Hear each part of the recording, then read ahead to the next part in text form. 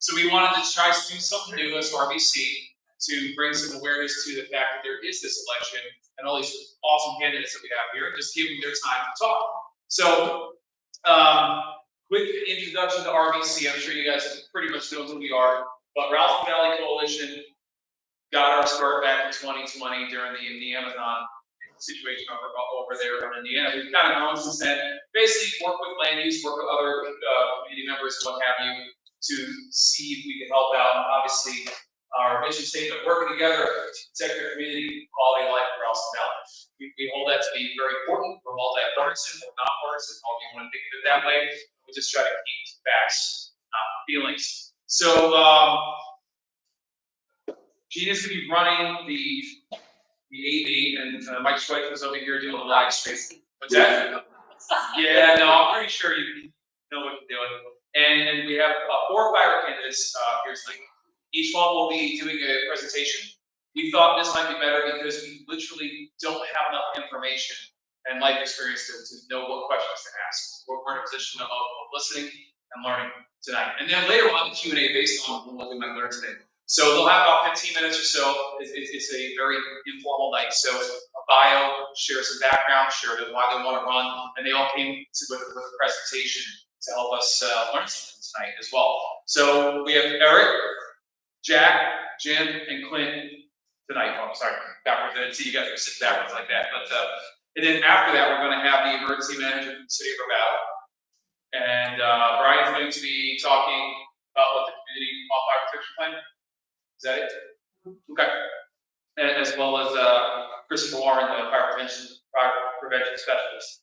So it's going to be a really fun night. We learn something, and obviously, you know, when I talk to the candidates just about the event, it's not just fire. There's obviously swiftwater rescue. There's a lot of vehicular accidents that our great firefighters response can help us with, and also medical. So it's a very comprehensive group of folks and professionals. So with that, Eric, come on up. Would you like the mic?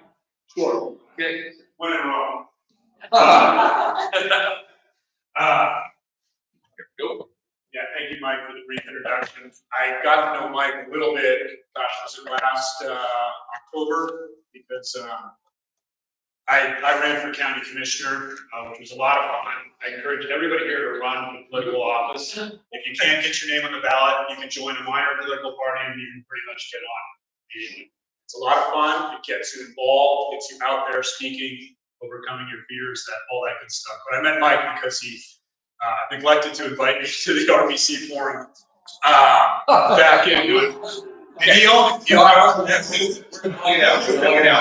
didn't know there were third party candidates running at the time. So but I really like Mike. I really appreciate what he's doing for the community of Ralston Valley. I am a northeastern Arvadan, up in Lake Arbor. Lived there for 7 years. Have 2 boys, 7 and 10. I do not have a background in firefighting. I just was interested, quite frankly. I like fire. I like having fires, but what's most important is protecting the community and being able to put them out. Obviously, emergency response is a huge portion of what the fire district does.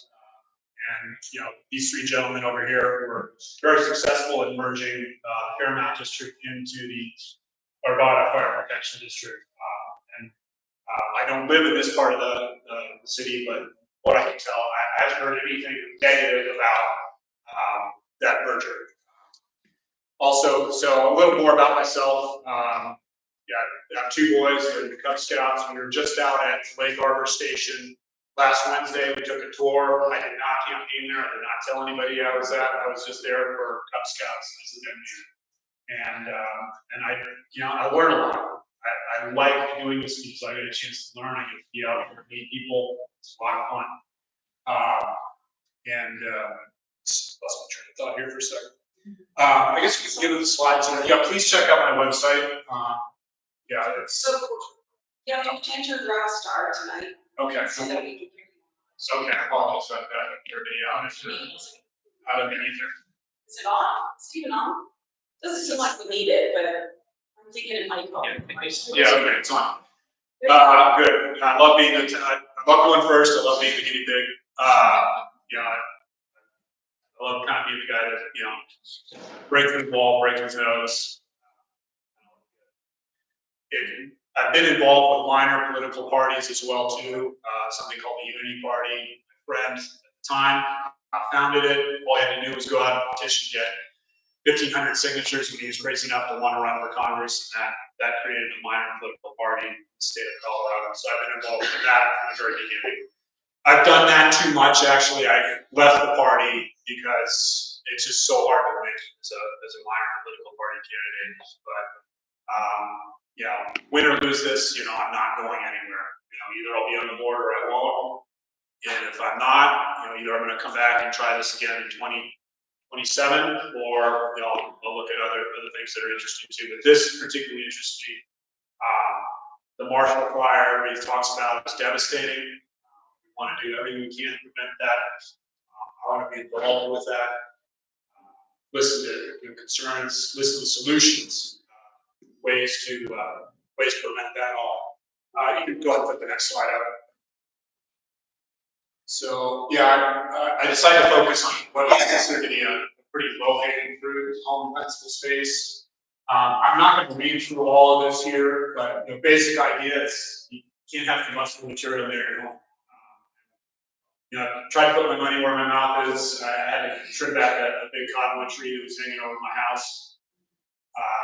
It's just one more connection to help break that the connection of combustible material around around where you live. You hear about people that have to evacuate the fire. They do everything they can before they leave to try to save the house. Most of the time, a lot of times they don't. Wildfire is obviously a big risk that's grown over the years. So here's some suggestions. You can look over that. I guess everybody can see that online too.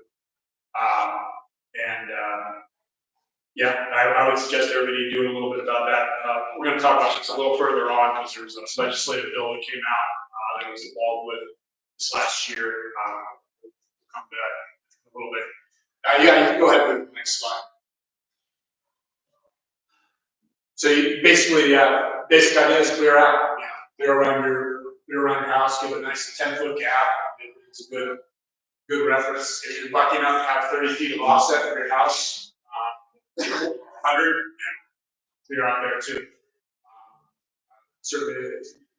Certainly open suggestions for people on larger properties and how they protect a larger property. That was a big portion of the discussion.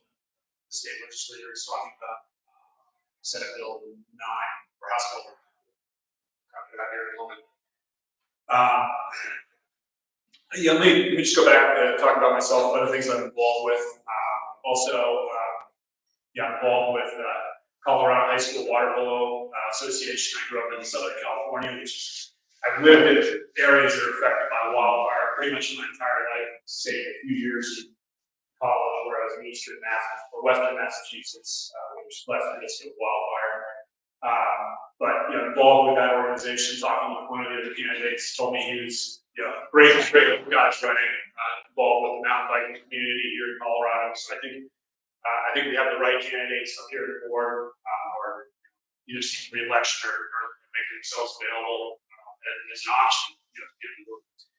So I've been involved with my community as well too, in little ways and big ways.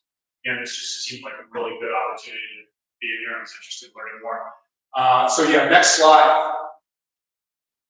One reason that probably helped.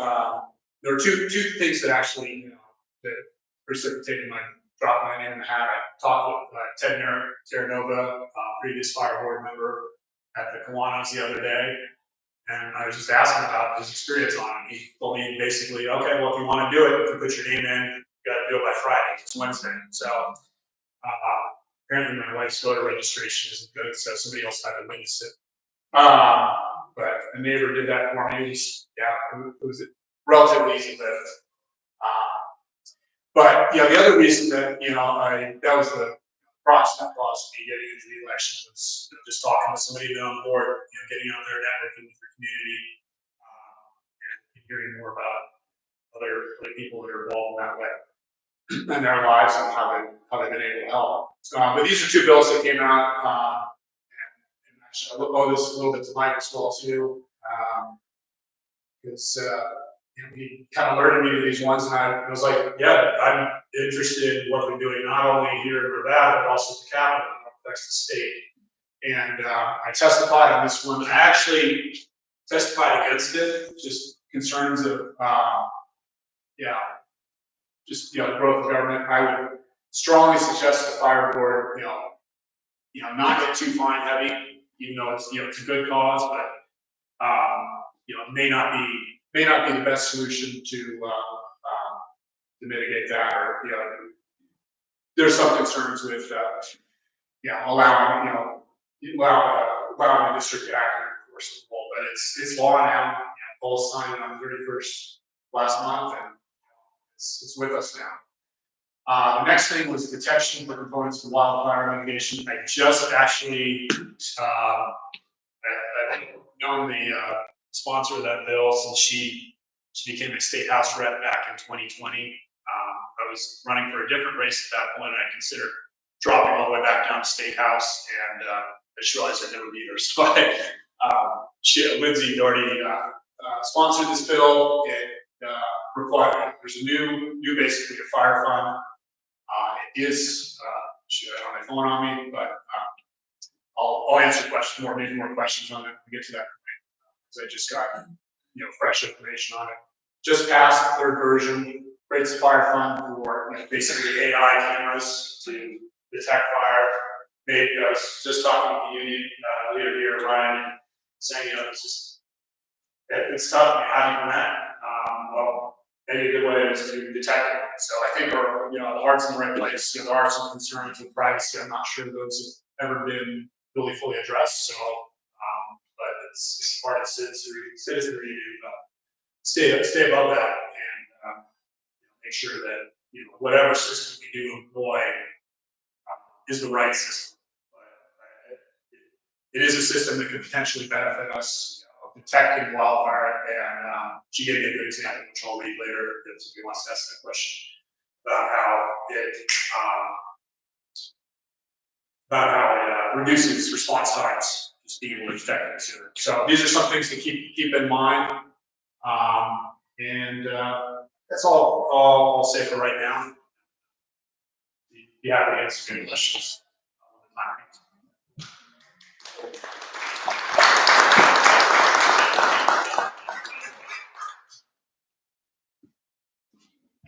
Alrighty, folks. Next we have Jack. Wow. We got your presentation ready. Thank you, sir. Go. Gina, I think.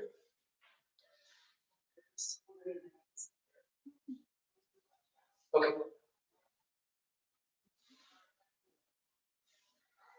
Good evening. Welcome. Thank you for having me, Eric and Gina. Thank you to the Ralston Valley Coalition. I appreciate the opportunity to be here tonight. My name is Jack C. Major. I'm the Arvada Fire Protection District's Board of Directors. I'd like to introduce myself a little bit. I am a native of Colorado, native of Jefferson County. Grew up in Wheat Ridge, Arvada, Golden area. Graduated Wheat Ridge High School in 1993. My father, Jack Major, was the fire chief of Wheatridge at the time, so I grew up in the fire service. I married my high school sweetheart, Tanya. So we've been married for 28 years in June. Two amazing adult children, Madison and Jack Jr. They live out of state. Very, very proud of them. So they're watching the Livestream right now. And we just live right at the base of the table moderator. So I live in the part of the Arvada Fire Protection District, which is part of the unincorporated part of the county district. So we live in unincorporated Jefferson County, which was part of the Fairmont Fire Protection District. We've been there since 2001. Previously, we lived in the city of Arvada, just by US. But long-time resident.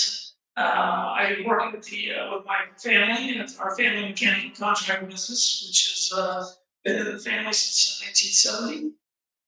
We have three businesses, my brother and I run together, and been in the area for a long time, and we're committed to the area. And I'm here for our event. I'm very involved with community. With my kids, I was growing up, I was their scoutmaster. For 15 years, I was a scoutmaster with Boy Scouts of America. For Troop 21 of Arvada, it came to our Lutheran Church at 58th and Kipling. So that's, for those who don't know, that's a large troop of Arvada in the city of Arvada. They give back to the city of Arvada. With that troop, I was able to take a troop of 60 boys to World Scout Jamboree. I saw over 30 boys to Eagle Scout, my son included. I also saw my daughter at Eagle Scouts. She was the first class, the first female Eagle Scouts. So that's very cool. So, I was also a coach for the Ralston Valley High School team. So, hey, Joe will be on that. Yeah, that's pretty much me in a nutshell. I was also a volunteer firefighter for Fairmont Fire Protection District for 2 years.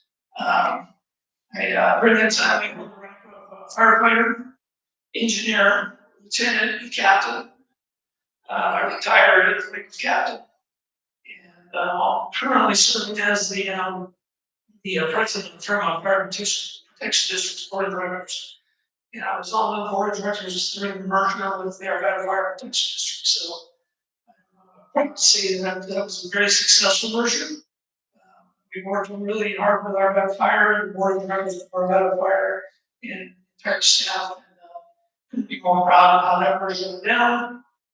The community of Arvada, the community of Fairmont, and everybody, it's mutually beneficial for both districts, for the communities, and the merger just went off without a hitch. And I was at Station 60, which is at 4755 Indiana Street, which was our Fairmont Fire Station 31, which used to be Fairmont Fire Station 1, which I was the captain on.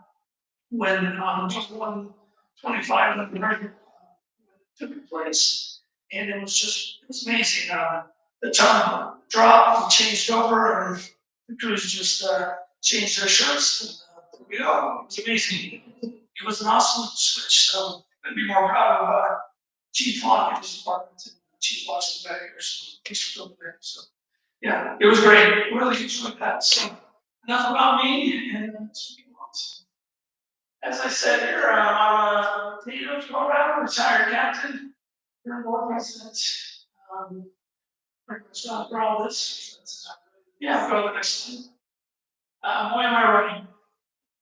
So I took this picture, thinking that this was like early December. This is at Station 60. This was our, this was brush 31. This was truck 31. They took the logos off and said Fairmont. So that was the problem for us to extend that picture. And I wrote it was a good day. So why am I writing? To protect the public safety through strong leadership. I feel it's important to have strong leaders on the board of directors, because the board of directors kind of serves as a guiding light for the command staff. We don't put the fires out, we're not firefighters, we just make sure that the chief on and his crews have what they need to be successful. We're not the ones dragging the hoses, but we are definitely making sure they got the hoses to drag. Ensure we're responsible for risk management of fire risk resources. Making sure that we're spending the money wisely, we should be budgeted wisely, and we should have those. Strengthen firefighting, firefighter training, staffing, just make sure we can continue our building new stations, buying new apparatus, new water here, make sure we got what we need. Public safety isn't a political issue, it's a community issue. I'm ready to ensure our fire district stays strong, well funded, and focused for the entirely protecting our people. So, next slide. This is another picture out of my photo. Proven results. That successful merger of Fairmont and Arvada Fire. It was really a valiant effort. This community effort, I can't state enough how overwhelmingly positive that was received by Fairmont. So we passed 3 mergers. We had in March. We had first of all pass a ballot initiative to say we're going to dissolve the Fairmont Fire Protection District, which is no small order. We've been in existence since 1962. There's a lot of community pride there. Secondly, we had to say we're going to go to our Arvada Fire Protection District, so that's 2 ballot initiatives. Third, we had to say we're going to raise taxes. That third one was going to be a tough one. They all 3 passed over 75%. That's amazing, especially what environment we felt good about that. Supporting and development of firefighters and bringing business efficiency to the board of directors. So the merger of the Fairmont Arvada Fire wasn't just about combining fire requirements. It was about building a stronger, more unified fire service that better serves you and protects the community. That's the kind of leadership I stand for. So, next slide, please. Visions for the future. Maintain excellent emergency response times. Invest in firefighter training, mental health, and equipment. Plan for smart, strategic growth as Arvada expands. Keep our district financially strong and community focused. Just looking ahead, we must stay prepared not for today's emergencies, but for tomorrow's growth. Careful planning, strong leadership, and community trust will keep tomorrow, will keep our data and communities that we protect safe and thriving. That's what I've got for this evening. So I really appreciate it.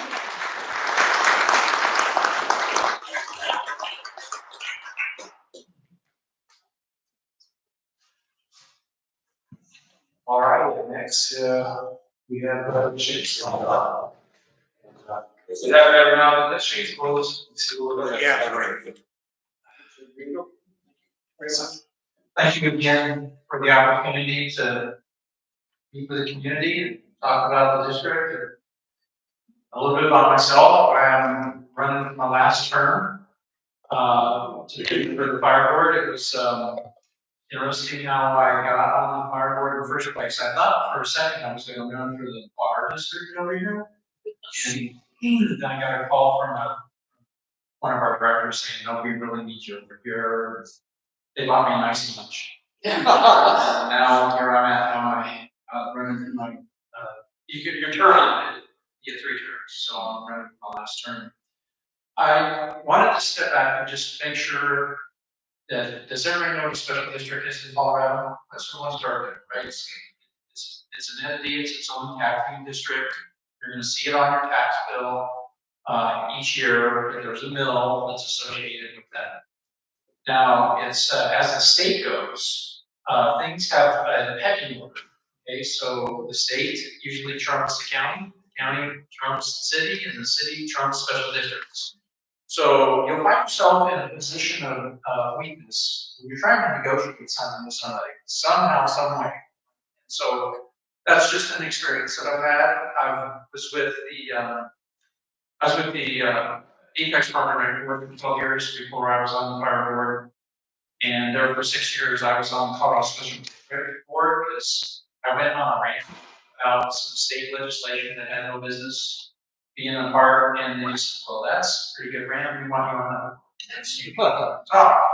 And then I've been on, I ran for city council back in 2017, and then I've been on the fire board, and I did, like I said, I've been a resident for 45 plus years. Grew up, went to Arvada High School, Lawrence Elementary. I went to school mines. They don't tell you mines, but you go to Texas, one way or the other. Yeah, so I went to Texas and I fought hard and I got back here. So I have the unique perspective of having grown up here and having moved away and come back. And I think that provides, maybe along with my education, provides me some semblance of a different perspective, I think, of being able to look at the community. I value, I think, its heritage and what it's been.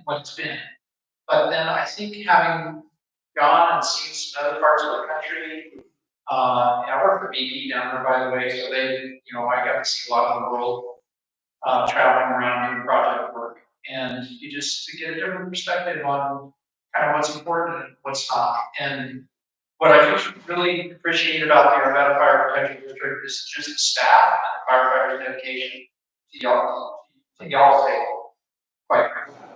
And what's interesting is that when I first got on the board, you guys have to understand that the Fire Protection District went from volunteer to professional on or about around the year 2000. And you'd say, well, that's no big deal. Yeah, it's got some legacy issues that we dealt with when I first came on the board. Now, I think, quite frankly, at this point in time, I'm very proud of where we are as a district and both what our staff do, our relationships with all different organizations, and it's been through a lot of hard work that we've been able to get, I think, to where we are today. Now, I'm biased, and so I'll be one of the first to tell you, you're in a position, but I'm very proud of where we are right now. When I first came on, in my opinion, we've got some issues to deal with in terms of the chain of command. And that can happen a lot of times in a lot of organizations. And we just have few leadership issues.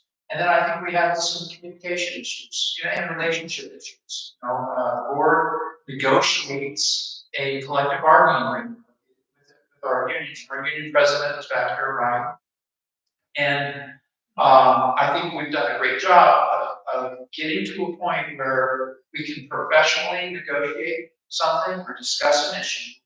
And both sides of the table know that there's a genuine interest, and we've got the right policies in place and all the right communication guidelines in place to resolve our issues. The other one, we've got a fire chief back here, her blog. We did a national search after we had an opening for a chief. He applied from Memphis, Texas. He's part of task force screen. There isn't much he hasn't seen. And I think he's the best chief in the state, if not the region. Of course, again, I'm biased. So I think we should be very proud of that. And that's the part I want to make sure I get out to you guys. No, you're right. He is. Thank you. So I went to the University of Houston, wrote a master's thesis in geophysics. If you're sleepless at night, think about it. I've been an Arvada-based business owner. I'm part of a family business. We do business technology. And I think that for the roles that I'm going to show you on the presentation, I just want to relate this business ownership to some of the roles that I've been. The next slide, please. So this is on my LinkedIn page, but I think it's appropriate for just mentioning some of the things that we've accomplished, not just being in isolation. We're all a bunch of team members here. So I'm not taking credit for, sole credit for any one of these, but we've negotiated 3 collective bargaining agreements with the union. And I think they've progressively got better each time that we've done it. And, you know, you can pull him aside and talk about what it was before I showed up and what it is now. Right? But I'll say our firefighters are our number one asset. Okay? And so let's make sure that and water. Okay. And I just want to know we're your organization, your fire district is CFAI and ISO 1 accredited. That means you've got top certifications from all the national organizations that say this district, and Fairmount was the same. So it's very unique to have as many districts in Colorado that have both of these certifications. There's a handful across the United States, some. And we've got like, you know, largest percentage here in Colorado. So fire is very important. It's taken very seriously. How often are those renewed? Just for 4 years, 5 years, 5 years on, and it's a whole. We have one staff member dedicated to the entire the accreditation recertification. Okay, it's the whole team of people, but it's that important that we have one person who's solely your job. So one of your primary jobs is to make sure that we get through reaccreditation. And we, Steve Parker, our chief inspector back there, we're very careful about not getting ourselves into something that puts that accreditation in risk. That's my and so it's technical, okay, and you go to a review panel for all that. Water is very important, okay, so it takes, the city, the county, for half our districts in the city of Arvada, half of our district is outside. So it's a lot of stuff, and we have one person who does a lot of analysis on response times, where stations ought to be, and those that information is then presented up to those reviews. Again, we pulled in. I've actually been a part of the fire chief selection process 2 times. Unfortunately, we did some background investigations on 2 previous chiefs. I helped coordinate those investigations. I think we've come out what I think is the best outcome possible for the district and for the city.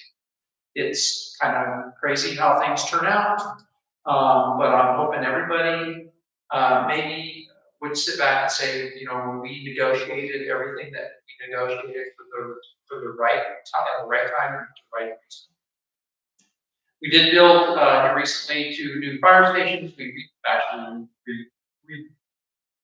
rebuilt number 3 in place, which was an undertaking to its own. And then we built a new station 9. I don't know if you guys have seen it. It's up in Dallas. It's a very nice station. So really nice.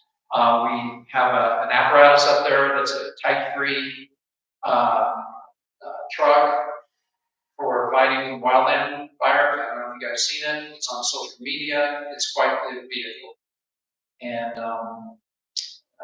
it and along with some of the apparatus that we have now from the merger are going to be something that are going to help us quite a bit with regard to wildlife. We've done a lot of work over the past 7 years of looking at board member handbooks and member handbooks, bylaws and handbooks to make sure that we're reviewing them on a periodic basis and that they're relevant and appropriate. We have a collective bargaining agreement, so we have to make sure that whatever we have in writing either is consistent with what's in the agreement, or that it addresses something that maybe isn't in the agreement. So it takes a work to do that. And we do have a new behavioral health response program. I don't know if you guys are aware of that, but there's a bit of a homelessness issue in District 3, out on the east side of Arvada. And we work in conjunction with the Arvada Police Department.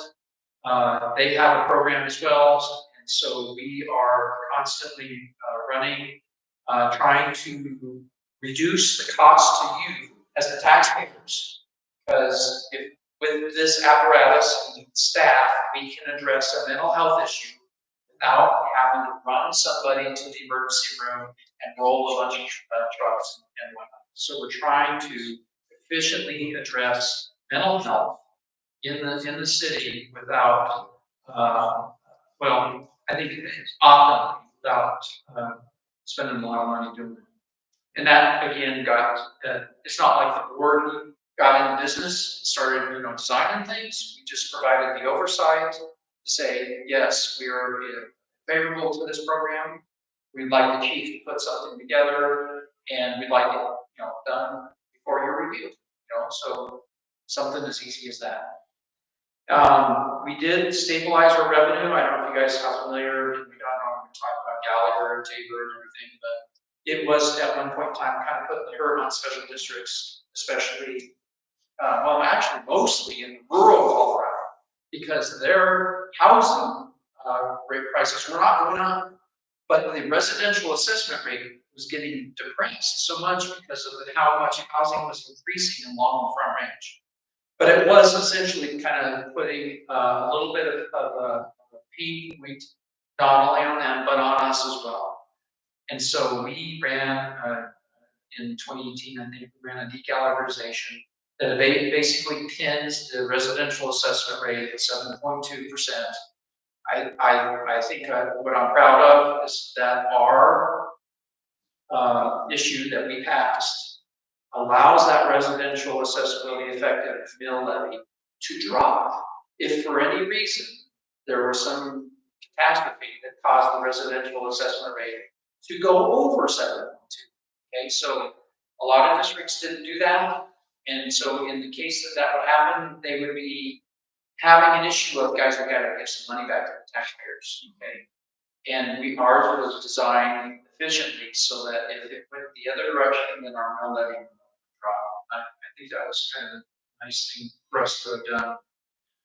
And we did, in preparation for the merger, we put an IPA together with the Fairmount Fire Protection District to share services, and it was kind of a unique agreement. Okay, one of the ones where it's bi-directional, and so we engaged some of the staff from Fairmount. They came over and helped us out. And we obviously helped them out where they had gaps on the basis of, guys, we gotta figure out whether we're gonna do this merger or not. If we don't do the merger, well, then maybe we fine tune this IGA. But it was kind of a unique agreement to put in place.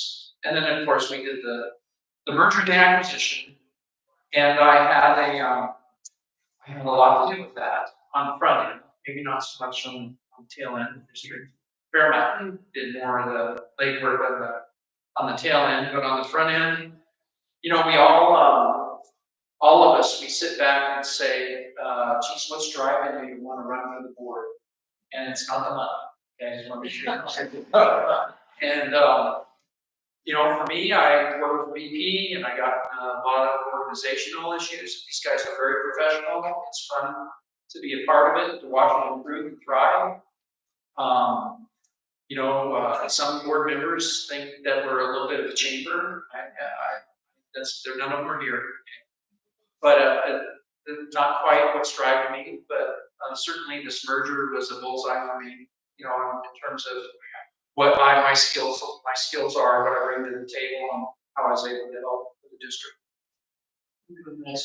So this is just a little bit about what board members do, and I think I've effectively been pretty good at this. And it's just a bulleted item here, budgets. That's kind of a primary thing. Guys, we got a budget here. And so we approve it, and from time to time, not this chief, but some previous chiefs said, geez, I've got a problem. I got $30 million in projects and only $15 million to spend. I'm like, well, sounds like you want somebody to kind of give you some priority. Yeah, I do. And I said, well, we're not doing that. So that's that part about being a business owner, because those are decisions that are presented to you on a daily basis. And I just want to make any board member needs to be prepared to be able to make those decisions and not necessarily walk out of the room being the good guy. Okay, there's times you're having to make decisions. Brian and I, there's times I'm sure I'm rendering some semblance of a decision that's somewhat of a disappointment. And I know that. And you can't be everybody's friend when you're on in this board. And from the city's perspective, I'm seen as the district. From the staff's perspective, I'm seen as the city. Okay, so you're a little bit on the line, just, you know, but you gotta, that's part of the job. We have one employee, fire chief, and we professionally do his annual review, and we work with the chief, you know, to negotiate his compensation. Policies and fees, I don't know if you guys knew this, but there's an ambulance program you guys can sign up. You don't like me to tell it to all the youngsters. They like it. Well, no, you'd rather want the young people to sign up. But you pay $50 a year, and you get 4 ambulance rolls without having to pay. Okay, so that application's on the website. And I don't even know that. The other thing that you might not know is you can call our CRR, our risk reduction unit. They'll come out and they'll look at all your smoke detectors and they'll replace any of them, pay taxes, or replace your smoke detectors. And so I encourage you to take advantage of it. And so those are the policies and fees, how much we charge for an ambulance roll, stuff like that. We get our noses. Inclusions, 98s up in. We do have a strategic plan, a lot of them. And those plans get set up into those accreditations that I was talking about earlier. So we do that. We get a lot of reporting. We do, we're probably 18,000 rolls a year, essentially. Most of those are medical, EMS rolls. And as a result of our merger with Fairmount, they now have 24/7 ambulance coverage. They didn't have that before. So didn't want to have a heart attack at 9 o'clock at night.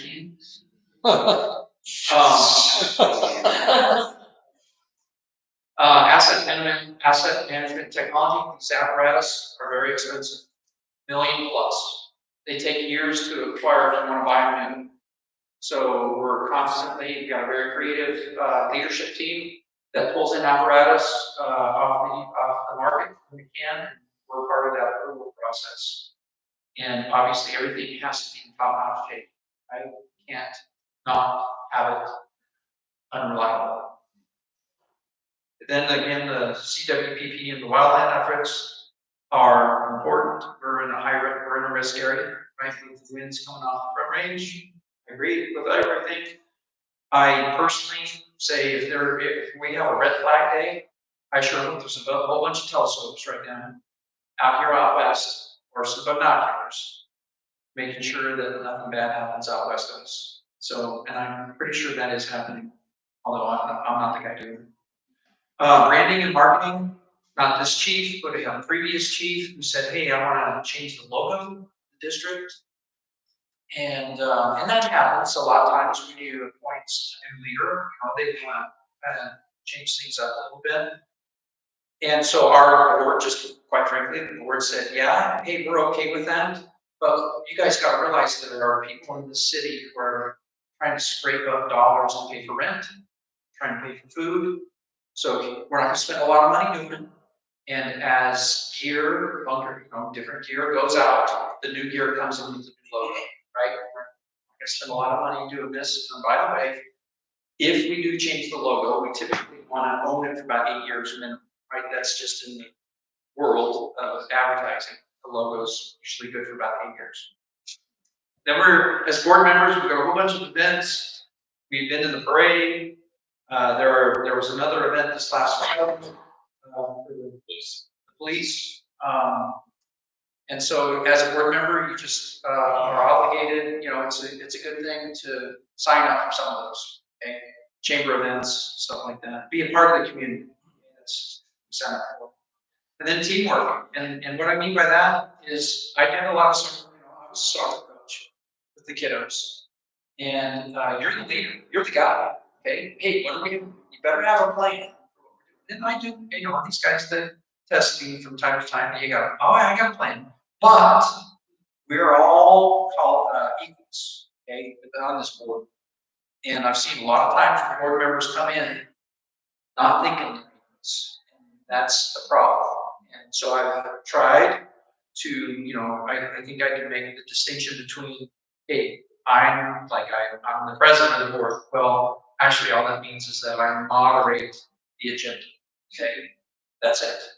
And it's my job to get as much input from my colleagues and move the meeting along. 5:15? Good. 2 minutes. Didn't think I could fill this up. So yeah, it's really nice that you guys have helped this because you know they don't have any candidate form for a special district. So I just hope it's to your benefit. It does matter. Your leadership does matter. You know, just respect Eric. I just never knew Eric. Everybody should have a right to run for this. I've worked, you know, Clint came across from Fairmount to Arvada as a part of the merger that was what we negotiated with the two, between the two boards as we did that. And I've enjoyed working with Clint. Jack's been the president of Fairmount, and I think Jack, it's not that Eric's not a good candidate, I just know Jack very well, obviously having gone through this. So I appreciate your time, and please vote on me for May 6th. Thank you.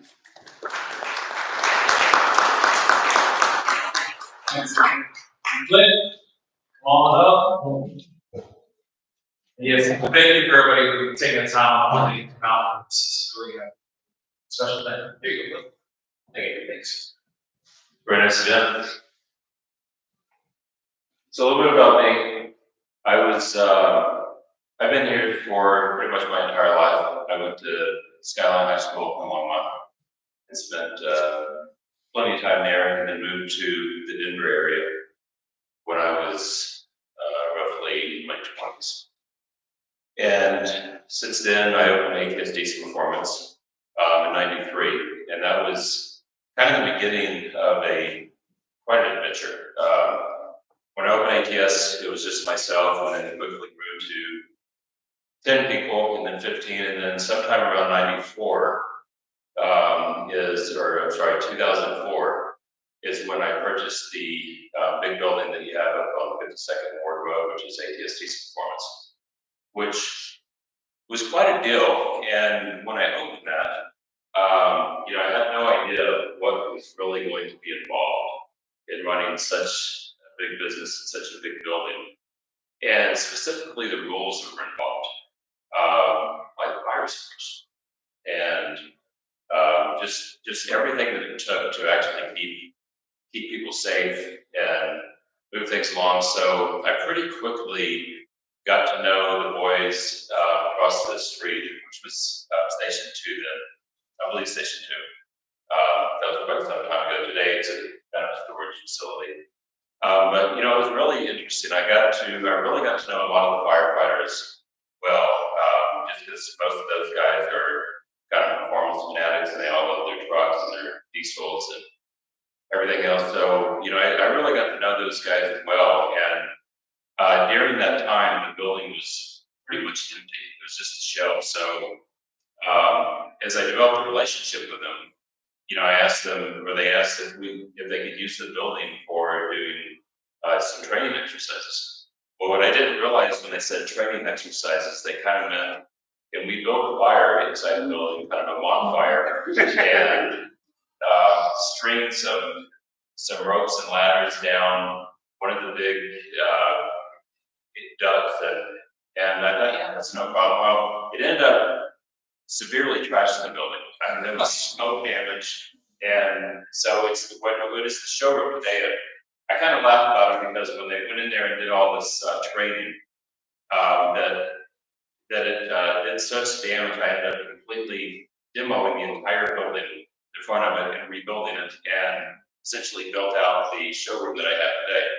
So, you know, as time went on, I'm a relationship person. I mean, I pride myself in understanding people and getting to know them, listening to their story and seeing both sides, and being fair and always trying to do the best to make the best judgment of, you know, who people are and what they're really about. And that was the relationship that I ended up forming with so many of the Arvada firefighters. And that never left me.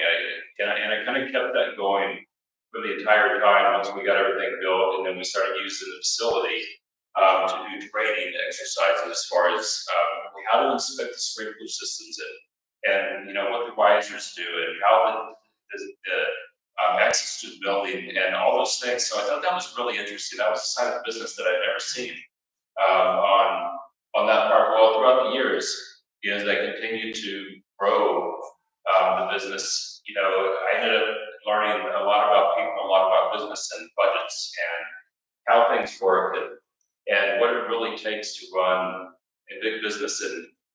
And you know, when I was so jump forward a couple years ago, I was driving up my street, 52nd, I live up on North Table Mountain, and one of my neighbors came out, Robert, he says, stop, you know, you gotta slow down. I said, I wasn't driving that fast. He says, no, he said, we gotta talk to her. I've been watching you for a while. He says, hey, we're about to start this merger with Fairmont and Arvada, and we're gonna need some help. I'm gonna retire at some point, and we need some help. I said, you know, I really don't know anything about fire per se. He says, yeah, but I think that you would do really good in helping us get through this merger and understanding what's going on. We want to carry this forward. You know, I thought at first, you know, I'm just kind of respectfully, I'm a little bit too busy. I don't think I could dedicate the time to actually give you the time that it would take to carry this through.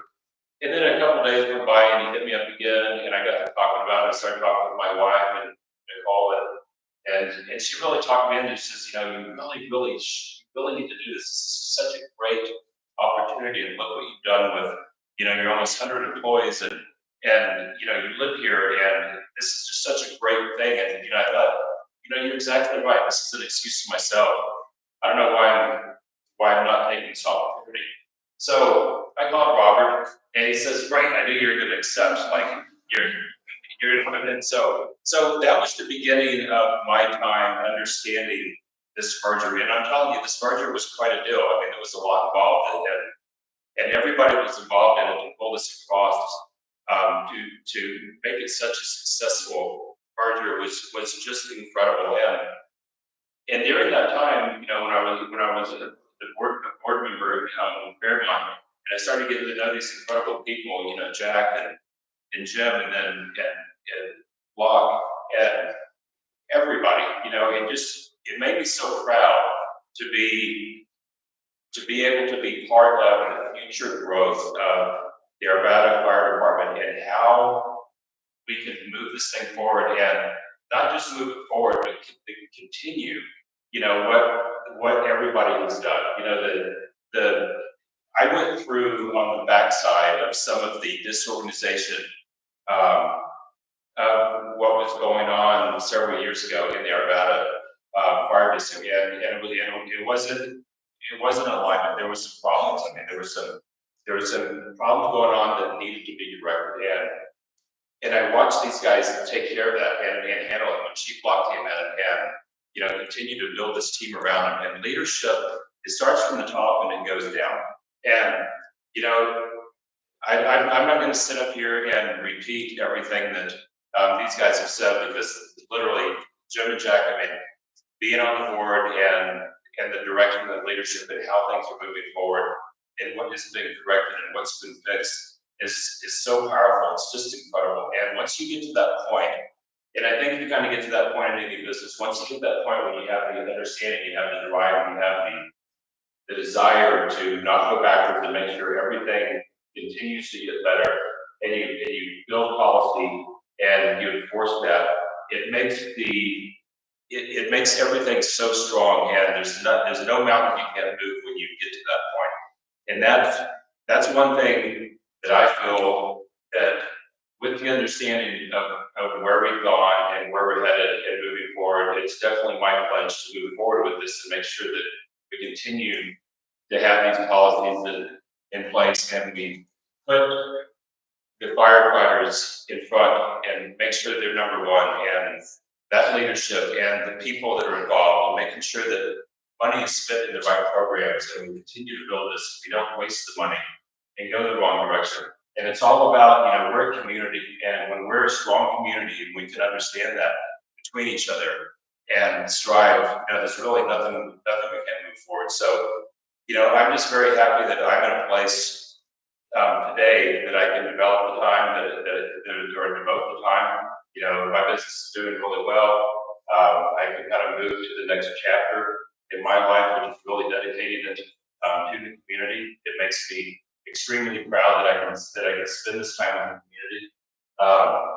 You know, so again, you know, moving forward, that's kind of what I'm all about. I'm here for the firefighters and here for the taxpayers, and making sure that, you know, we make the right decisions. So without taking up much extra time, I was just going to repeat essentially everything that Jim said. He did such a great job. I really look forward to his leadership. He's done an amazing job these last years. There's a lot to be learned from that. And when you take that and you continue to use that as a template and to move forward, you know, you just have a very winning group. So that is all I'm going to say today. And that's what I'm doing.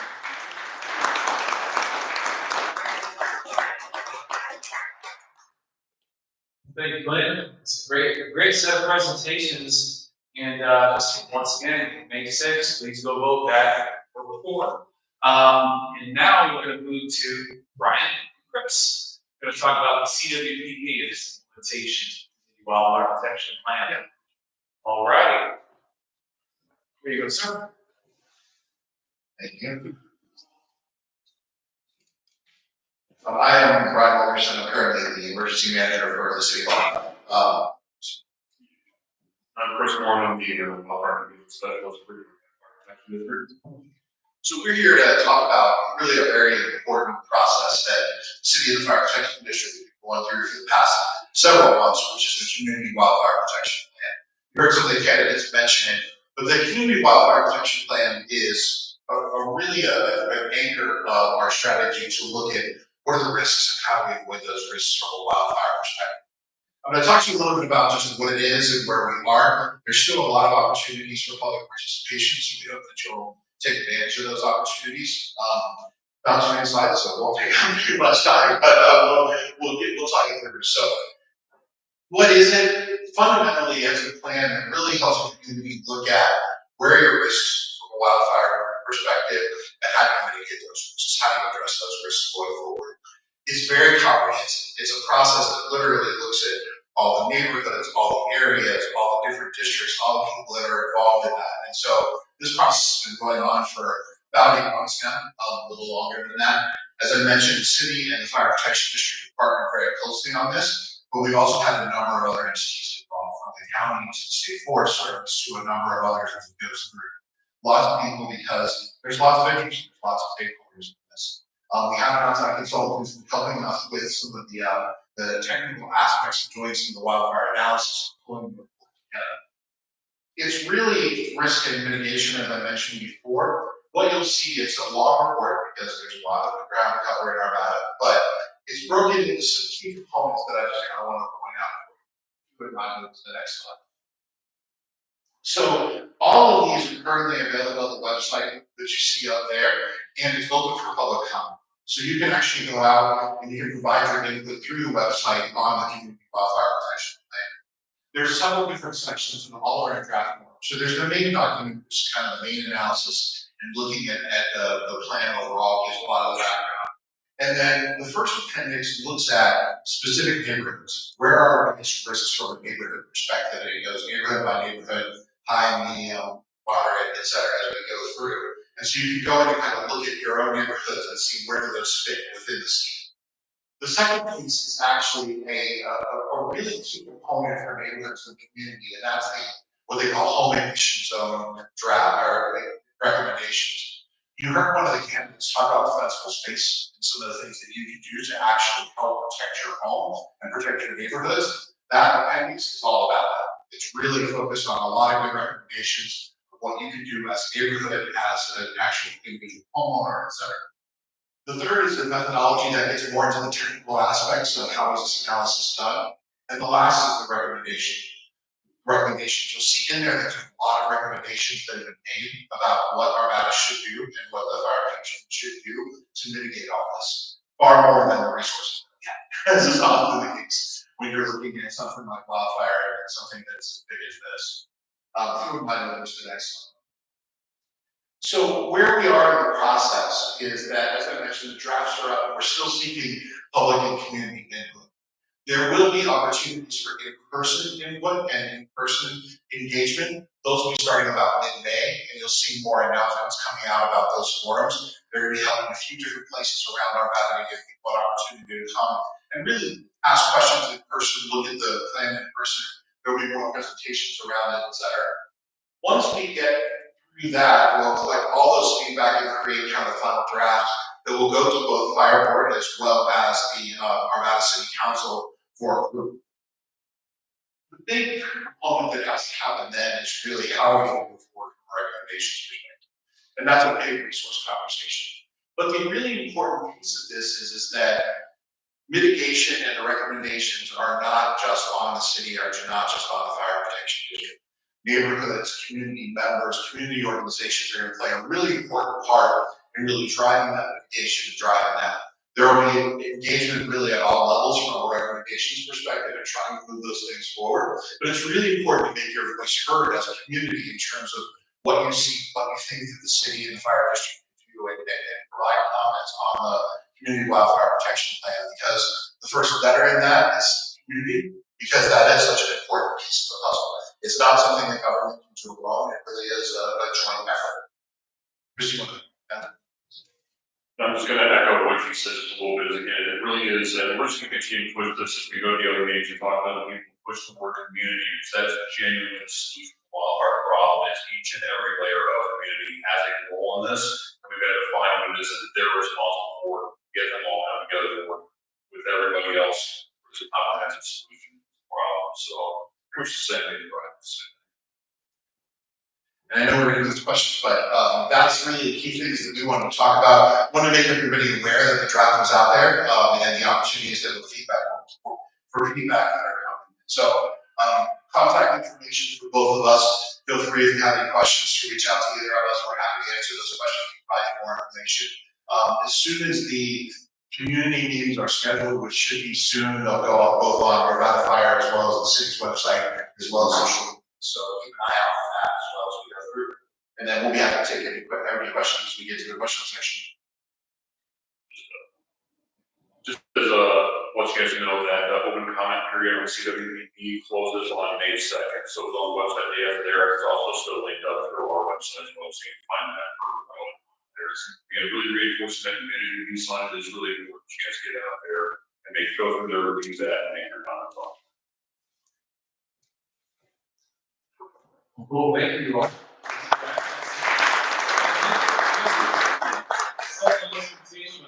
you expect that final draft to be heard by the fire board of that city? I think we'll be in the community feedback process at least through the end of May, maybe a little bit in early June.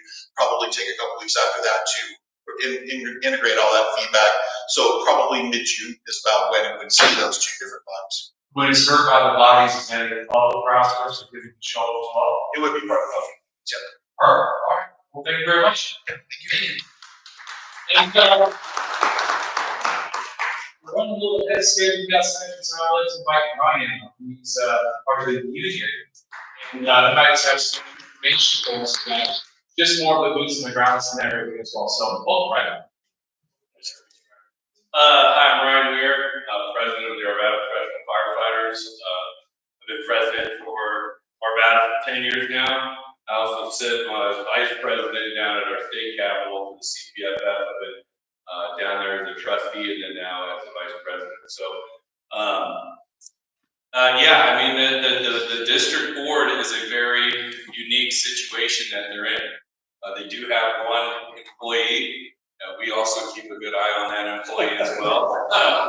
Chief Flock's done an amazing job, and I want to reiterate what Jim was saying. It's not always sunshine and rainbows. Jim and I have had to work through a lot of issues and problems that the union feels needs to help drive the district. We are the boots on the ground for the fire department, and so we feel like we should have a voice when it comes to not only our safety but to the public safety. And a big part of that too is the leadership.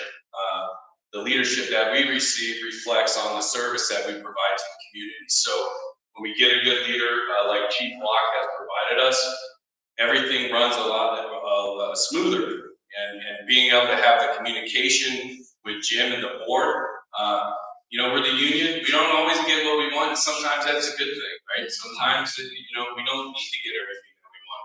We'll ask for it. Sometimes, you know, Jim has to say, hey, you know, I don't think this is the right time for it. We'll take a look at it. And that's really all we look for, is to be able to voice our concerns that we may have, whether we get them or not. At least I can go back to the firefighters and be like, hey, we talked to the board. The board didn't go in our direction this way, and this is why. And normally the guys can get behind it. I've been with Arvada since 2001 as a volunteer, and then I got a paid position in 2004. And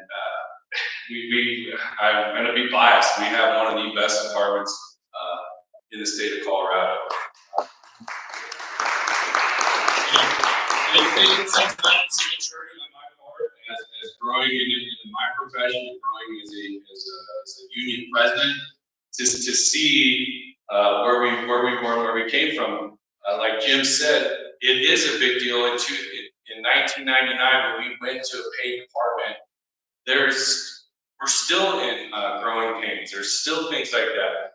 You know, departments like West Metro and Denver and South Metro, and these departments that have been around for 75, 100 years, we have caught up to them in 25 years. So you can imagine the growing pains that has come with that ability and the leadership that we needed. And it's just a fresh breath of air to be a part with Jim and work with Jim. And work with Chief Flock, and we can have conversations about what's important. And then on top of it, it's not, you know, the firemen are an important asset, don't get me wrong. But now as being union president and seeing the side of administration and the things that Chief Parker does and the inspectors do, and Tracy Labor, the fire prevention, and the things that we provide to the community, those are the things that take us above and beyond other fire departments. The smoke detector installs, the child car seats we put in, Dave's blocker. If you guys don't know about Dave's blocker and the ability to get medical equipment and stuff like that. These are just things that our department does such a great job of providing the service to our community. And it does start with financial responsibility from the board to be able to provide these things, and keeping their one employee in check to make sure that he's doing what he should be doing. And when these things line up, and this is what you get. You get the best department that can be provided to the community. And I mean, the Star Car program, trying to help out with the mental health issues. I mean, it's just great. So I can't be more proud to stand in front of not only my boss, but their bosses, and be a proud fireman for Arvada. I mean, it's a great department. We should be so thankful, and we have to continue having good board members sit a part of that, because that's what affects us. Like I said, I sit at the state level, and like Jim said, it all trickles down. You know, what happens at the national level, the international, takes a while for it to get done. These seats right here hit directly towards us. So these are the most important things that we can do as a fire department to make sure that this is stable and the rest of the fire department will be stable. So that's all I have. I can keep rambling, but I'll turn it back over. Like I said, this is a very good time to do something like this. We definitely want to recognize every firefighter in this room. Chief Flock, if you'd like to help say something, feel welcome. And Fire Marshal Parker as well. I don't know if you want to address the crowd, but feel free. Come on up if you like. If not, I totally understand we can get you into Q&A. Come on up. You can tell them how excited we were when you went down to the Mexican border. It sounds like a. So first of all, I got to disagree with Ryan. This was one of the best in the state. We are the best.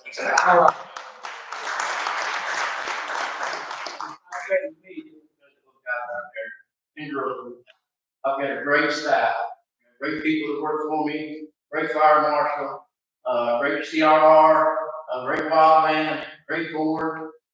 We're just really blessed in this community to have fire marshal. Got go all over the country. As Jim said, I've been to 90% of the disasters since 2005. I've seen a lot of stuff, and I worked for a big fire department for 30 years before I came here, and I'm not just going slow. This is a very good fire department you got, and they work hard, they train hard. You got everybody, talking about wildland, everybody in our district has a red card. That means they're wildland firefighters because of our urban interface. The second biggest threat you probably got here is ice rescue. Every firefighter we got is ice rescue qualified. Drive by I-70 Wood Road in January, February, it would seem like they're playing the ice every year. We do physical fitness tests twice a year, make sure that our people are physically fit. Like I said, with our EMS, is second to none. We got the highest survival rates in the state, arguably in the nation. We measure our people different than everybody else. So a lot of people, when you go in full arrest, you don't have RP anymore. They get you a RP. In the hospital, they count you the same. We don't do that. The only way we count you the same is you walk out that door in a week. And I still are waiting for that. So what I'm going to leave with is I'm honored that these people work with me. They're great. Thank you. Well, that concludes the presentation portion. We want to open up to Q&A. Anybody have a question for the board? Anybody have a question for the chief or fire marshal? Yes, sir. Get the mic moving around here. Actually, we had a question for the candidates. Congratulations, everybody, on the behavioral mental health division of the department. I think it's a spectacular thing that you've done with that. My name is Aaron Scott. I'm running for Arvada City Council District 3. The homeless issue in Old Town Arvada is pretty severe, as we all know. Part of my plan, if appointed or elected, would be to create a tax special district for Old Town Arvada that would increase the sales tax in a specific division at one point in line. The monies from that I would be intending to put into continuing behavioral and mental health issues with the department. I hear we talk a lot about fire, we talk a lot about rescue, we talk a lot about mitigation, we talk a lot about red card. I had my red card, by the way. But I think one of the biggest issues with the city at this point is what are we doing with firefighters to protect them in the situations of mental health and homelessness and the dangers that go with that. So if it's okay, I would like to hear a little bit from the candidates what you would do with some of this monies if I were able to raise that. Who's first on that? Okay, we'll start. There's a lot we're doing already. I guess what I would say. I mean, I would also agree that mental health hasn't really been taken on by any one organization as you guys are in charge, right? And so anytime we see a community event and mental, behavioral health, mental health is discussed, you're going to see, a panel of maybe 8 people up on the stage. And I think, just my personal thing is that if there was some extra resources to be put in this, would be something that would make that very thing, they're just primary, a job or a task, of which we're a part of, right? The fire department will always be a part of this in some form or fashion. It just, we've seen the Star car has been, it wasn't launched by us. We essentially transitioned it in from other places in the United States where it's been deployed and utilized. It does not have a police presence to it, which that's the difference between the city. So that can be seen as threatening, in certain circumstances. And I'm not the guy to get into the, this, that. I just know based on comments in board meetings and with even the public, people call me, to say that that would be beneficial. You touched on firefighter health, and I just want to say that's that's something that we work with, the staff, both leadership on both sides of that leadership that you're looking at, to make sure that they have the resources to take care of their men. And I just want to make sure, unless Ryan thinks otherwise, I think, obviously infant resources are not infinite, right? And so, but I think we've done a very good job of making sure if there's any mental health issues from the firefighter side, that we definitely have mechanisms and whatnot in place to address that. But I think, our car does not run 24/7. Okay? It's kind of in its infancy. Okay? We run it where we run it, when we run it, based on statistics.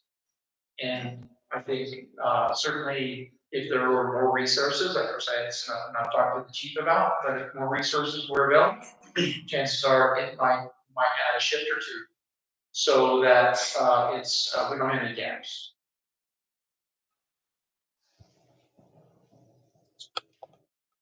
Mental health is such a sensitive subject, and I'm not even one that can necessarily speak to understanding how our homeless situation, how our homeless population comes about, but I do know two things. I know that everybody here, everybody that's homeless, they have a choice, they have an opportunity, and I say that wholeheartedly because personally, for the last 20 years, I've been picking up homeless people on the side of the road, panhandlers, whatever you want to call it, and give them an opportunity to work. I have so many different options, luckily, that I can generally find anybody that has a desire to work. And, throughout the probably 25 years of doing this, I found, unfortunately, there's a very small percentage of people that actually want to work. And to me, I tend to kind of draw the line. If you give somebody the opportunity and they don't take it, then you have to kind of develop programs for them separately. When we talk about what kind of policy we put together, first of all, identifying that and opening programs up that allow people that are homeless. There's a lot of homeless people out there that they fell on a by the gods, and they just don't have the opportunities at that moment to actually better themselves. And having programs that allow these families and these individuals to actually move up into society where they can rent and they can have a place to live for a period of time and rent and hopefully eventually establish a career. I think that type of program is really not developed yet. I think we could do a better job of connecting the homeless people to businesses that have places to work.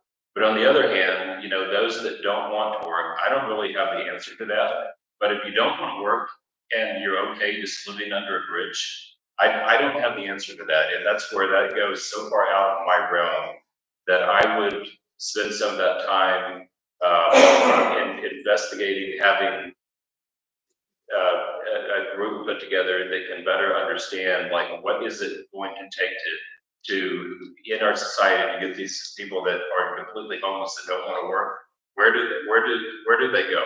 You know, where do they land? I mean, right now we pay for them.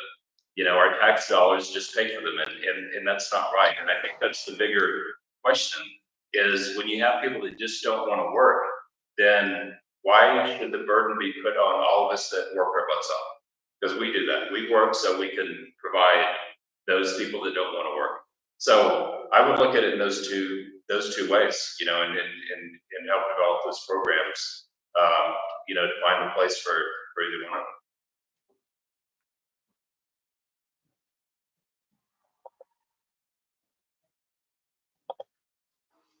Jack Major here. You know, this is obviously a big issue, and I've experienced it firsthand. My office is just falls outside the old town area on the other side of Wadsworth, but I've been there since, like I said, 1970, and I've seen this firsthand. I know the homeless situation is definitely in the area has definitely become quite an issue, and I know I follow pretty closely. I know that there is no single issue that we can really probably talk about that can solve this, because the homeless issue is so many facets.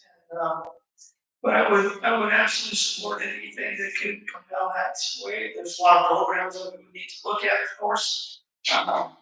As far as the fire protection district, I would have to say that we'd be looking at first of all, you know, a lot of the homeless situation would be probably not would be, I would imagine it would be drug abuse, drug overdoses.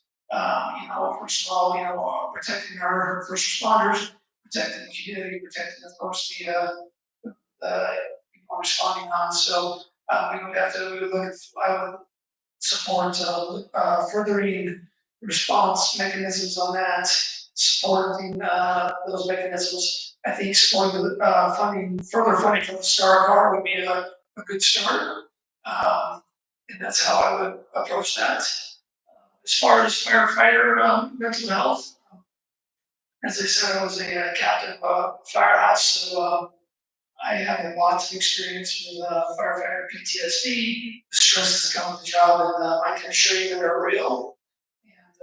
And I will absolutely go to the greatest lengths to protect our firefighters and what they do.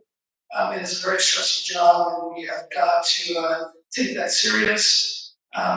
Anything comes across like this, I will sign it. I will support the firefighters absolutely 100%. Thank you for the question. Can you say your name again? I actually didn't catch it. My name is Aaron Staub. Stop. S-K-A-U-B. Okay. Really appreciate the question. Gives me an opportunity to share a little bit more about myself. I didn't really get into a profession or anything like that, but I'm an engineer by trade, maybe similar to some of the other candidates here, either already on board or served on the previous district. What brought me to Colorado actually was to study Buddhism, and here's how I'm linking here. I was interested in it, but the traditional, what you're talking about is basically showing compassion. And in Buddhism, the image for compassion is a mother with no arms and a baby drowning in a river. The image is meant to evoke how much, you know, in our hearts we want to go and help people. We may not have the ability to do that. So, and I think, you know, the answer to the question is we want to hire the best firefighters possible. People that are responding with most kindness and compassion to our neighbors. And that's the responsibility of Chief Flock and anyone else on the board, and Ryan as well too. We want to make sure we have the best department, people that belong here. If somebody doesn't belong in the department, you got to get them out. Now, it's not my decision. That's what has to happen in the organization. And then just to, you know, we all know the parable of the Good Samaritan. The Good Samaritan shows kindness, and that's what differentiates from the others. So that's what our firefighters have to do. Just real fast, I want to clarify, there is a few things for mental health. So through the state, we're part of the Heart and Cancer Trust. And underneath that is a fund for mental health for firefighters. So we're part of that trust, our department is a part of that trust.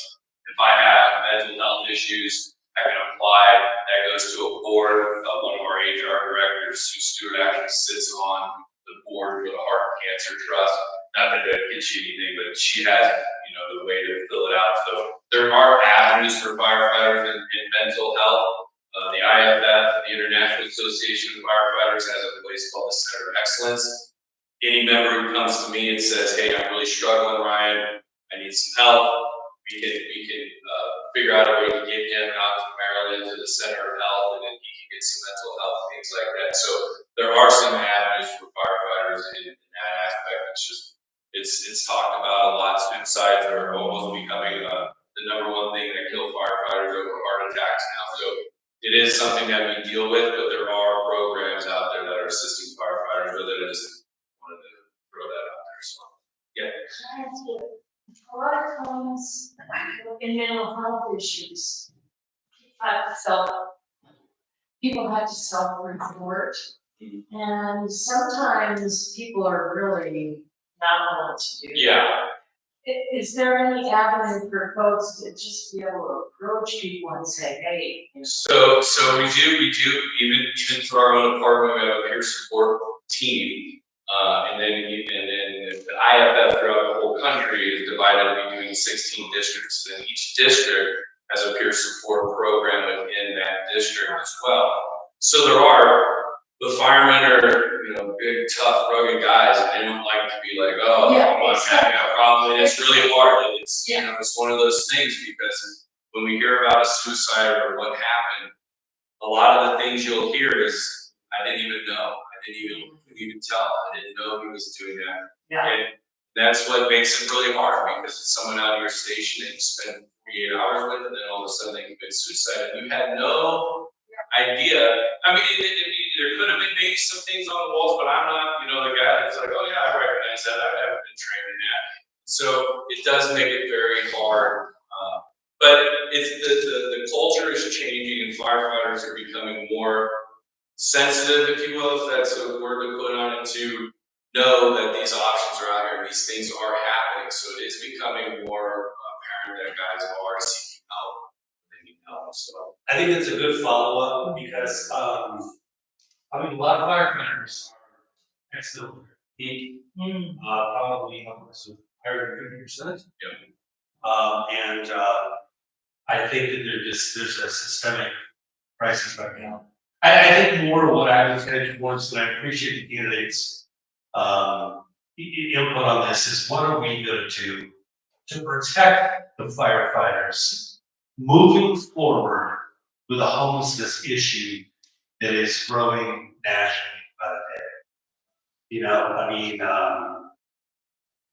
I hate to say it, but I am not a big pro love, happy, swishy feel of this homelessness issue in Old Town Arvada anymore. I am of the opinion that enforcement needs to happen further, and we need to take a hard one. I was gonna say, the enforcement's not gonna happen from the fires. That's gonna be. I understand. What are we gonna do to keep them? Yeah. Safe. Yep, that's a good question for the authorities, but I don't want they're gonna get a call from the 911 dispatch center. Yeah. And guess what they're gonna do? Yeah. They're rolling. Yeah. So I just want and then you guys should feel confident with that. Okay, that should make you sleep very well. I just want to say. So there's a couple more questions, and then we're gonna wrap up. So we have a question here, and then I have a question. Someone said something about water is important and something else, but I want to talk about water. The county, the city, the state are all pushing higher density housing. And I'm concerned about higher density housing and the fire protection. So I don't know if you can interact with the city and the county, which is part of your approved that you can respond to. But if you could respond to how does this affect the board and how does it affect how you protect the community?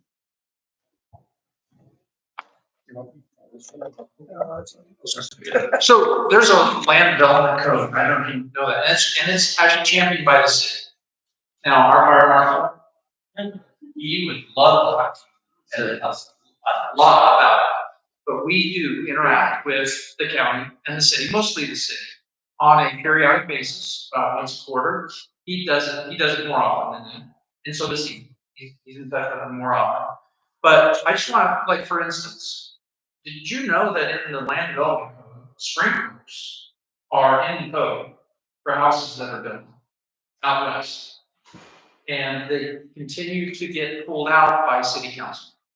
Okay? Now, I'm not trying to cause a stink here. I'm just trying to give you a for instance of, yes, there's a land development code of where sprinklers are required, how narrow roads can be, how wide they are, where the hydrants are. That's not my job. That's his and his staff.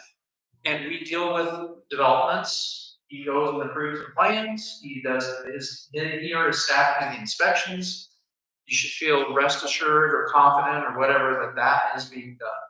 Now, not this chief, but a previous chief, the former Fairmount chief, said, you know, it's funny, Jim, that if we were to put one sprinkler in the kitchen of every house, we would actually eliminate 8% of most fires in homes. That's 8% of those fires start in the kitchen. Now, you know, I don't know if you like me saying that or not, but I'm just trying to say, guys, there's a compromise that can be made here. And if we're worried about wildland, we're worried about some things. It's like, guys, wouldn't that be a pretty good start? I mean, we're just talking about one spring. Now that's just my opinion. But I am trying to get back to your point. Density, it's not necessarily our job. That's an approval by city council, quite frankly. They approve the developments. But we also review the plans to make sure they're compliant with all the different codes and this, that, and the other that we have the ability to influence. But like I was going to say, sprinklers are actually in the code and they get pulled out. Now, we'll see if there might be a change. You said it all. Anybody else want to respond?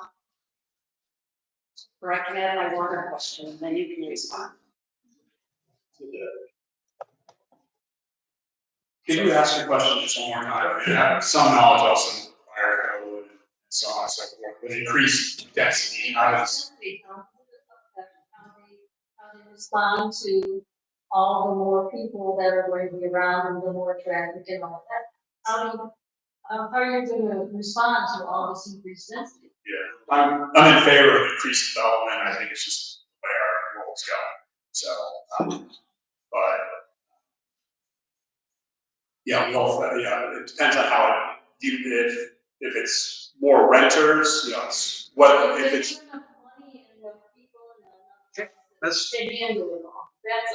That's their job. They staff. They know. He sees the development. He feeds in how many firefighters or what we're going to need. He comes to us and says, "Here's what we're going to need." And if we have a shortfall, then we're going to go out for a mill levy increase to make sure that we're funded. But I just want to make sure you're assured of this. Okay, we do this. Yeah, we got you covered.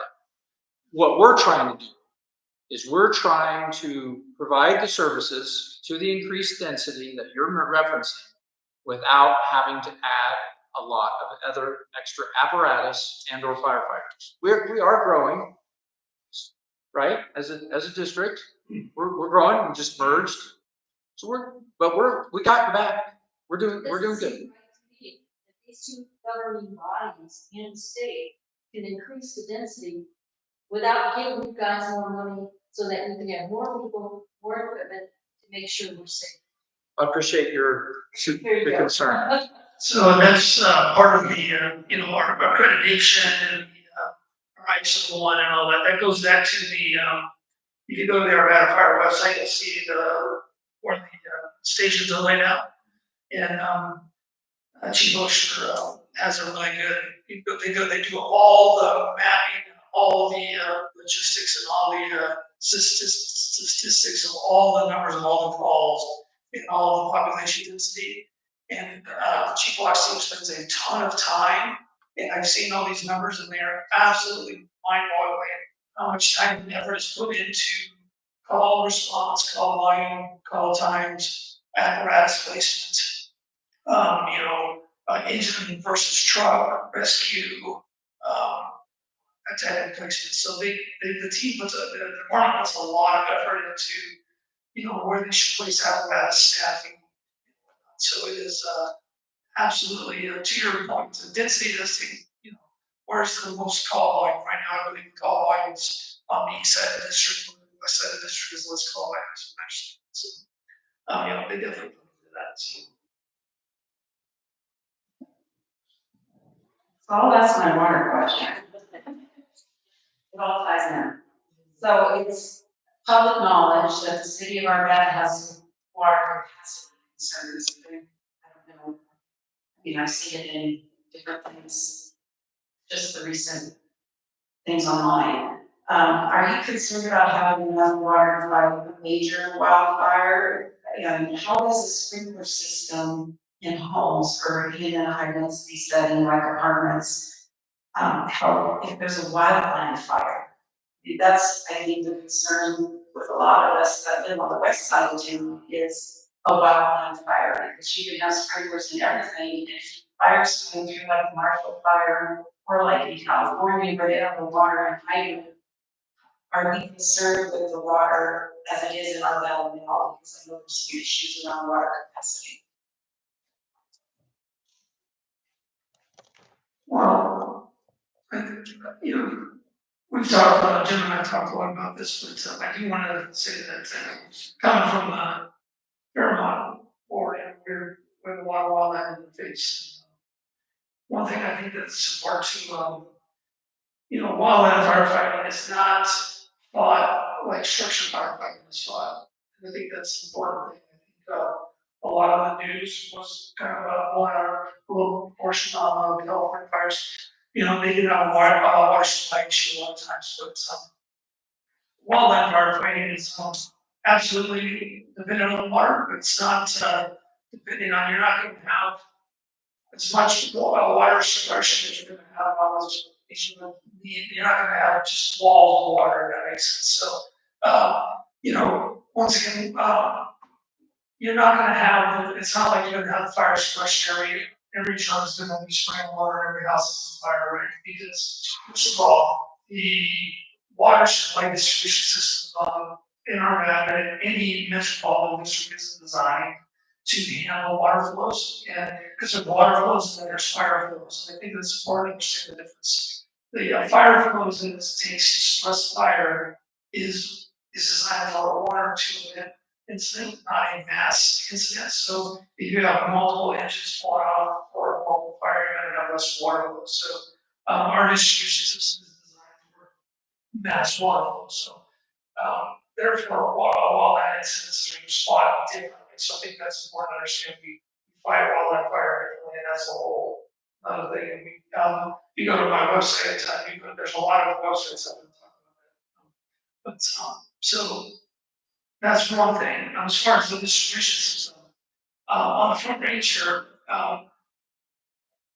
we have water. Our water is good, right? We have a good water supply.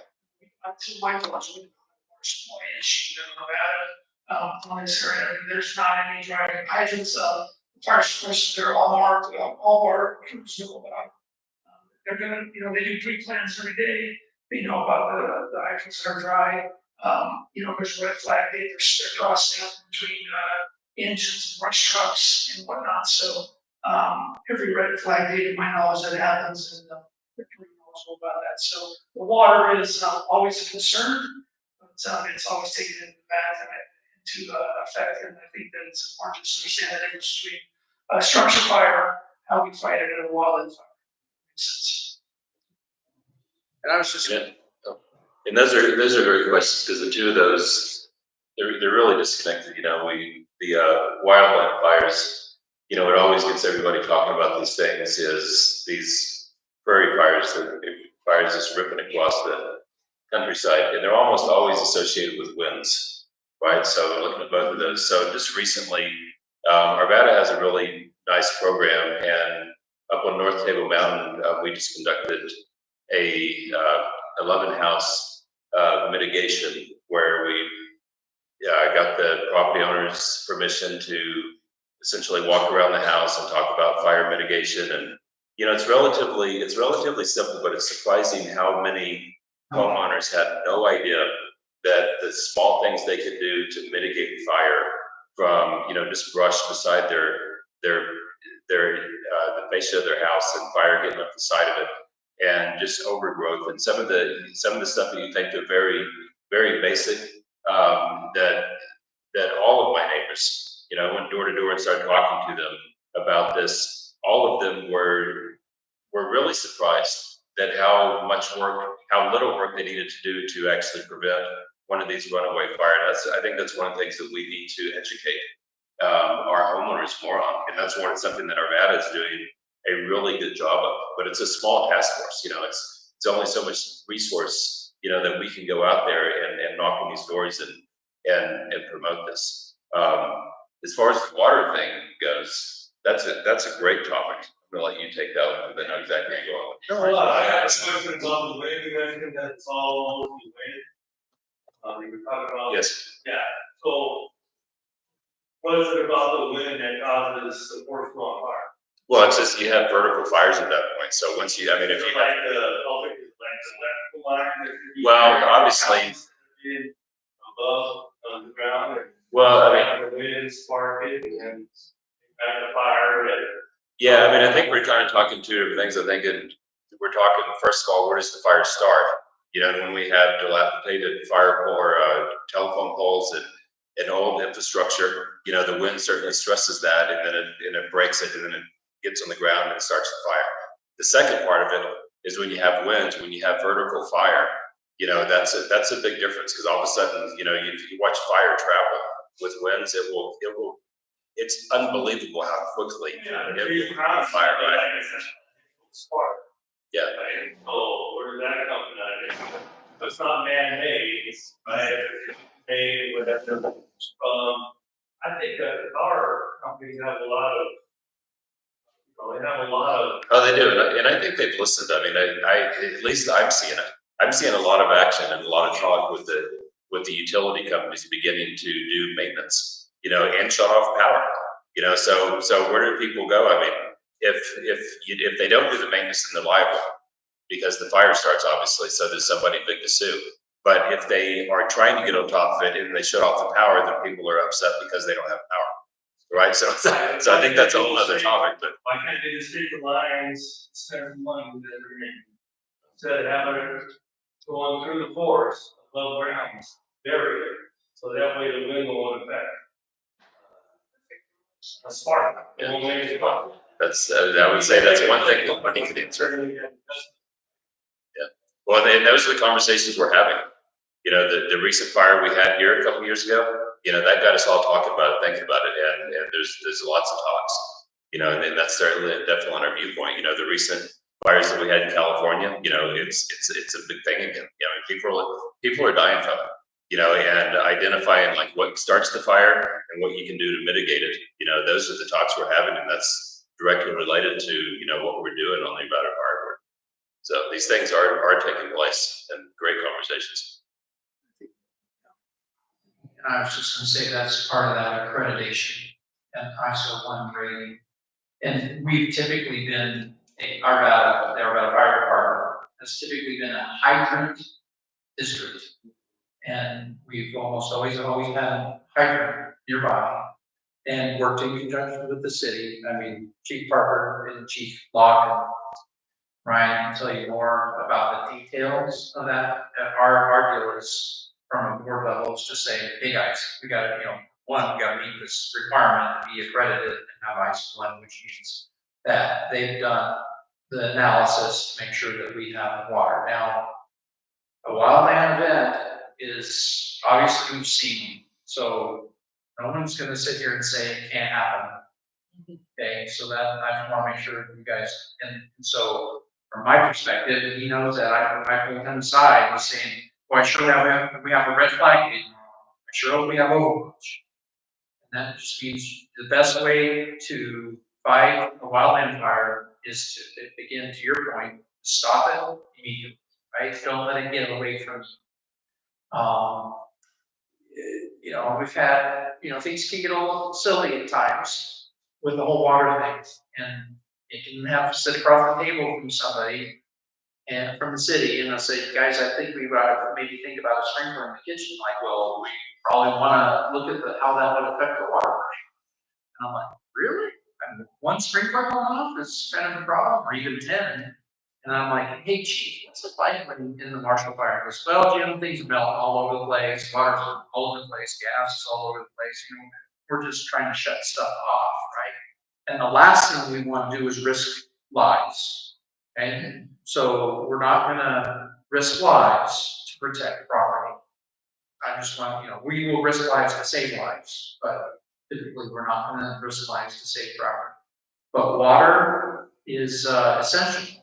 Not vital for some wildland parts. I agree with what Jack's saying, but we have the assurance and we test it. I don't know how often, but we make sure that what is promised is in place. That help.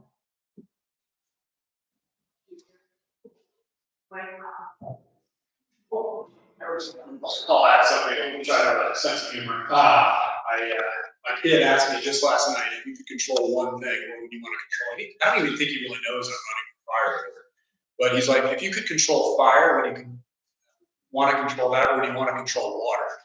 I told him fire, naturally, drawn to fire. I'd love to be able to control it. But he answered water, because he's like, there's just so much of it, you know? So we got to increase our storage, that's for sure. And if the board can put pressure back up the channels to, you know, get things like the Gross Reservoir over the finish line, just let's increase our storage. We're going to need it. Might have to fight that battle in court. Okay, we had a question over here. Hi, my name is Rebecca Lovison, and I'm also running for City Council District 3. And my question for you is, you could wave a magic wand and get something from the city or have the city support you in a certain way, what would it be? And if you had one ask for the community, what would help, whether it's time and energy or engagement, what would you ask? Who's going first? Let's go first. I will start. If I had a magic wand, you could ask for one thing. That would be more money from them, because that would allow us to pretty much put the people in place to correct all of these issues. You know, we talk about the homeless problem. We talk about, I mean, it's endless. You know, all of our problems that we deal with as a society is generally because we don't have enough funding. And identifying, you know, where to spend money is generally pretty easy. Coming up with the money to put in these programs to help people, that's the bigger challenge. Certainly the homeless concern is where I would focus my efforts, just because the homeless stuff, it's such widespread, and it's so far reaching. It drops into drug abuse and you know, sickness and just so many things that are just so unhealthy for our community. And you know, that falls right back to our first responders. So that's where I would put, that's what I would ask for. That's where I put my Yeah, so my magic wand would be just to continue more support to the first responders, Arvada Fire and Arvada Police. My ask for the community would be to not only think of how to respond to an emergency, you need to think of how to put that kitchen fire out before you're still catching the fire. think of, where your exit routes are before the smoke comes over the horizon. Just have exit plans, have a go back, have a plan, know what you're doing before you need to. Say, money's always great. We know the city's strapped for money, so I'm gonna give a different answer, and that's communication. Fire board should be communicating as much as possible. It takes a few more meetings a year to get that done. They should do it with the city, get it done. Talk. So I'm probably too in the weeds, maybe I can go too high, but I think there are some immediate issues that we could use to help with from the city, and that's egress over here in Lighton. Now, I don't know where that's gonna go, and we're gonna take it, and I just want, I told you in my presentation, always have a plan. So when we did the CWPP, I brought it up at the end, because it wasn't part of the presentation, and I said, well, guys, I think we need to plan that here in Lighton. So the plan is y'all are gonna show up with a lot of bulldozers, okay? And we're gonna bulldoze pathways out of here. And that's how we're gonna get people out if there's a need for an evacuation. So, but I would like to see the current or some future city council, as much as we do all this data analysis on response times and this, that, and the other, and that was part of my deal actually running for council, was, guys, why don't we look at some of the traffic things on the front end and not build a whole bunch of stuff and say, geez, wow, we got a traffic issue now. Okay, so that was a lot of what I ran. Okay, I didn't get elected, but that was my gig, was we can actually design this as engineers. Okay, we know how to do this, and we can do it in a very meaningful manner. Okay, so that's the first thing. Second thing is, I think that there is a compromise to be had here with sprinklers. I mean, it's hard to figure out all the different scenarios for how something can get kick-started in 60-mile-an-hour winds. Okay, it could be arson, it could be a kitchen fire, it could be sparks from a truck. Who knows? Okay, but if we're serious, and you said, well, geez, if it were a kitchen fire and that got the whole party started, and we could suppress that with one sprinkler in a new house, I just think that that's it's a compromise. Okay, and I don't know, sometimes that's politics, and it's just on how it's, he's so patient sitting over there in the corner. It's never happens. And it just seems to me that ought to be something that our current or future council could help us out.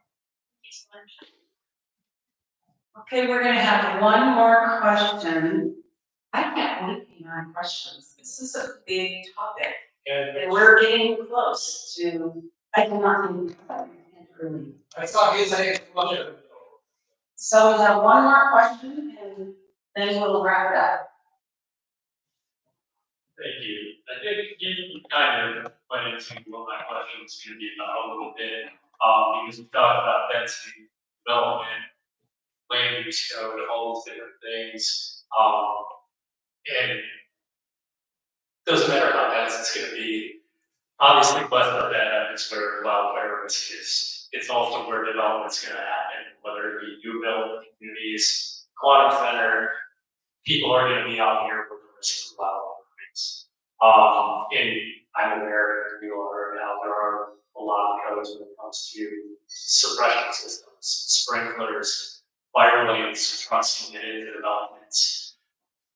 What it does seem like is lacking is code when it comes to egress and the things that would help if God forbid wildfire happened and people were in danger.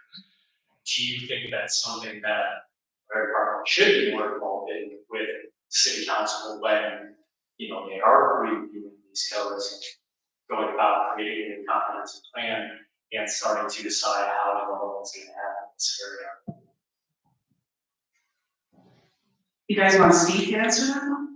Well, I mean, these guys, they probably answer. Who wants to take this one? It's the city's job to build the roads. So, we've let them know You've Mr. Parker, do you want to answer this one? Not really, but. Okay, we're going to put you on the hot One seat. way or the other, we'll get you the mic. No, that's fine. A lot of great questions. A lot of things that are very detailed in order to specifically answer all the questions. It is considered, a lot of that is bigger than just the fire department, specific to how roads go in and out of the community. There was legislation proposed 2 or 3 years ago to have an analysis done on every new community for evacuation purposes. Unfortunately, that didn't get through, so we have to be now at the local level, trying to get that pushed through the land development code and saying, we need building developments. And the CWPP is really going to help out with this, because prior to this document, we knew wildfire was a thing. We didn't think it was that big of a thing here in Arvada. Obviously, just over the hill to the north of Superior and Louisville, that kind of changed our perspective. So we're kind of working from behind and trying to catch up with wildfire realm. So unfortunately for communities like Leiden, it's a much bigger endeavor to retroactively bring something in rather than do it right the first time. But rest assured, everything needs to fire code to the state. It just doesn't say how to get out of the community. We're looking at getting firefighters training from an access standpoint. But one thing that I'd be remiss in not saying that we have this handout in the back. If anybody's concerned with wildfire and how to be prepared, we have a stack. It's my personal wildfire guide, action guide, and it's going to tell you how to prepare your home to ensure that it doesn't intrude into your property. Obviously, it's a community effort. Think of the links in the chain. All links have to be strong in order for that to be successful. But what you can do on your property to be prepared, or if that event does come through, this will help you be ready and get set and go if that comes to our neighborhoods, which hopefully it doesn't. But a lot of the questions that came through here, we have a really good working relationship with the city and multiple water districts, because it's not just the city of Arvada. We have now 6 water districts that we work with. So there's multiple entities that go into all of these conversations. And as everybody up here has mentioned, it is political, and we have to balance, with the amount of funding that we have, what can we do to get the best bang for our buck? And we continue. Thank you. Well, thanks everyone for attending tonight. This was our first Ralston Valley Coalition Fire Board candidate forum.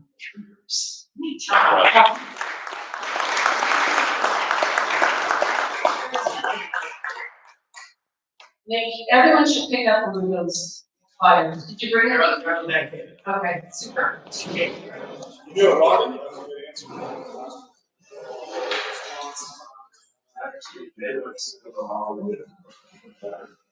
Yeah.